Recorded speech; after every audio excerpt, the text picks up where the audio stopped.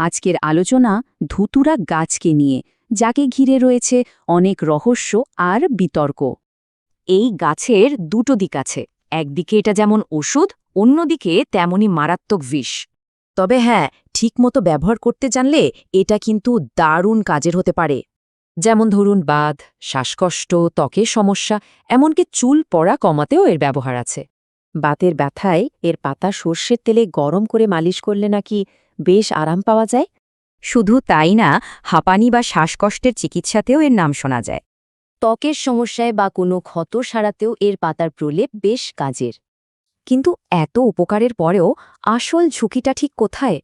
সরাসরি বলাই আছে, ধুতুরা একটি অত্যন্ত বিষাক্ত গাছ।